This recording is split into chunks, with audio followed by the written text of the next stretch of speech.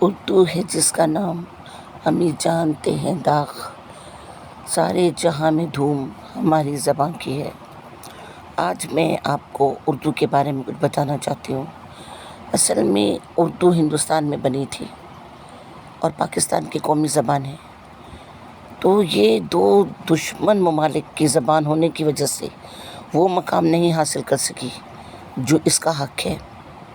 اصل میں یہ ہندوستان میں بنی ہے۔ جو پاکستان کی قومیت ہے، چاہے وہ پٹھان ہے، وہ پنجابی ہیں، سندھی ہیں، بلوچی ہیں، وہ اردو کو قبول نہیں کر سکے اور وہ اپنی مقامی زبانوں کو ترقی دینے میں لگے رہے۔ اور پھر ظاہر سی بات ہے، کیونکہ یہ ہندوستان میں بنی ہے تو اس میں کی جو بنیادی چیزیں ہیں وہ ہندوستان میں موجود ہیں۔ اب سوال یہ اٹھتا ہے کہ اردو کو پاکستان میں وہ درجہ کیوں نہیں مل سکا جو اس کا حق ہے۔ جیسے ابھی میں نے عرض کیا کہ یہاں قومیت کا زیادہ زور ہے۔ جو مقامی لوگ ہیں وہ اپنی زبانوں کو بہت اہمیت دیتے ہیں۔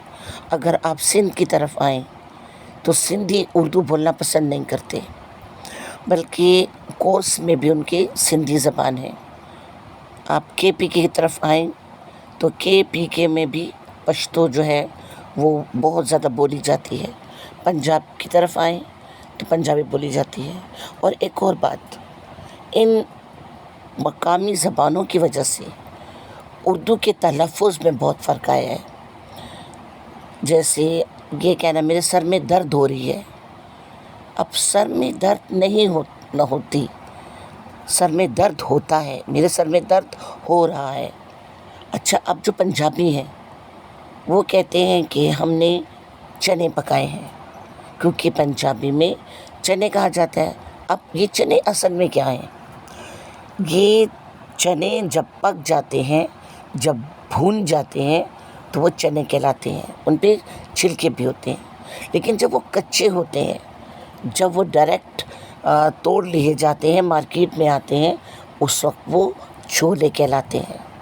لیکن کیونکہ پنجابی چنے کہتے ہیں، چنا پلاؤ، چنا مرغ، تو آپ چنے پکے ہیں۔ تو یہاں میں آپ کی اصلاح کر دوں کہ چنے نہیں پکے ہوتے، چھولے پکے ہوتے ہیں، وہ چھولے ہوتے ہیں۔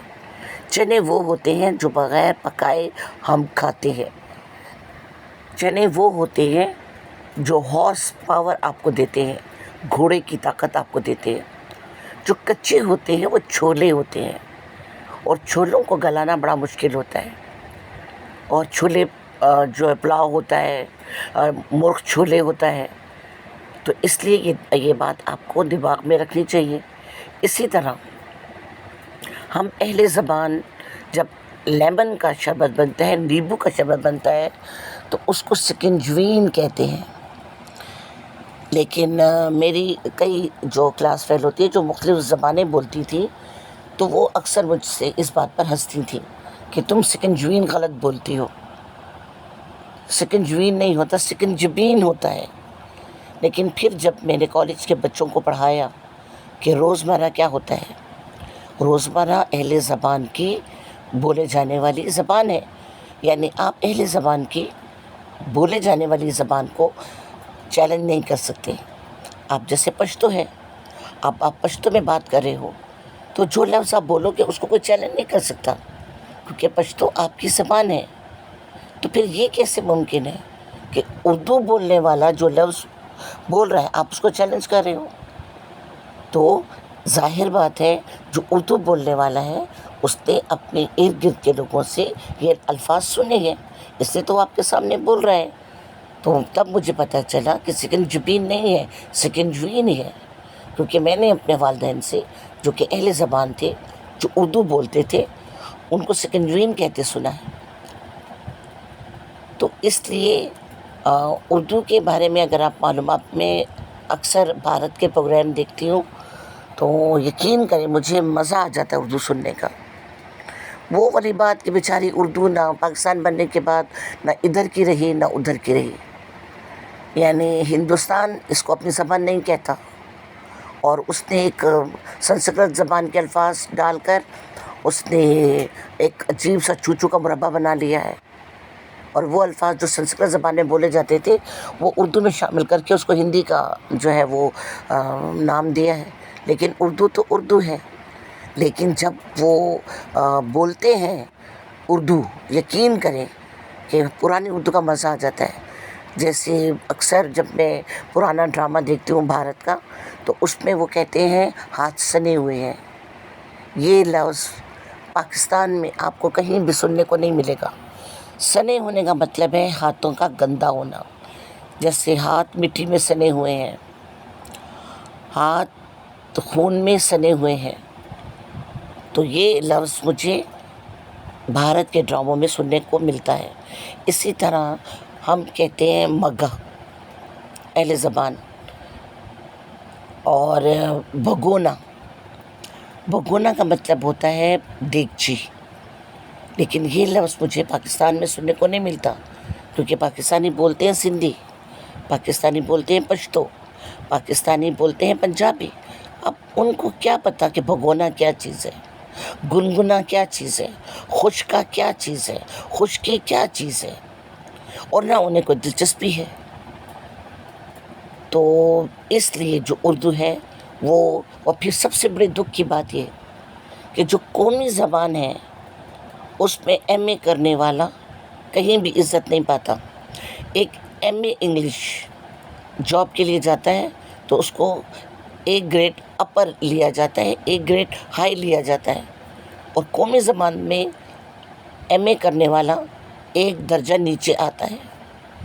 ہر جگہ ایم اے انگلش کی سیلری زیادہ ہوگی، اس کی ویلیو زیادہ ہوگی، اور ایم اے اردو کو اس کا درجہ بھی کم ہوگا، اس کی تنخواہ بھی کم ہوگی. آپ کہیں بھی جائیں، اب تو ہمارے پاس سوشل میڈیا اتنا فاسٹ ہے، اتنا تیز ہے کہ اب ہمارے پاس موازنہ موجود ہے.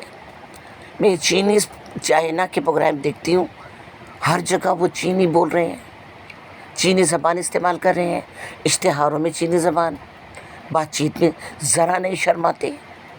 مجھے نہیں سمجھ آتی کہ اردو بولتے وقت ہمیں کون سا احساس کمتری ہوتا ہے کہ ہم اردو بولتے وقت شرم محسوس کرتے ہیں. حالانکہ بھارت کے لوگ اردو سے نفرت کرتے ہیں، اردو کو ہماری اپنی زبان نہیں سمجھتے، لیکن پھر بھی وہ اپنے بچوں کو اردو سکھاتے ہیں. ان کے جتنے بھی ٹک ٹاک کے کانٹینٹ ہوتے ہیں وہ سارے کے سارے اردو میں ہوتے ہیں. جبھی تو مجھے بیسک جو بنیادی اردو ہے اس کو سیکھنے کا موقع مل رہا ہے.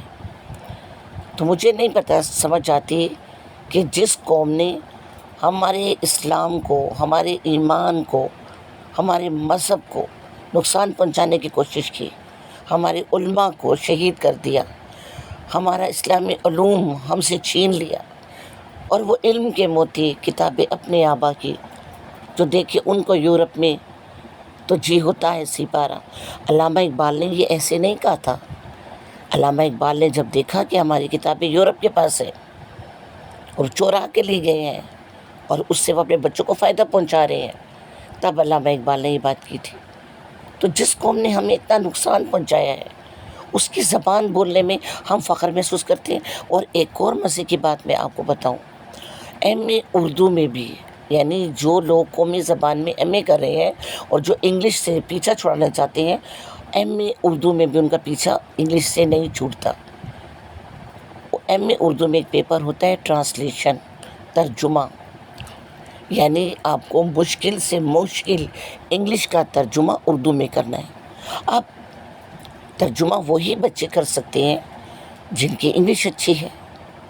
تو آپ سوچیں جن کی انگلش اچھی ہے تو ان کو اردو میں کیا دلچسپی محسوس ہوگی.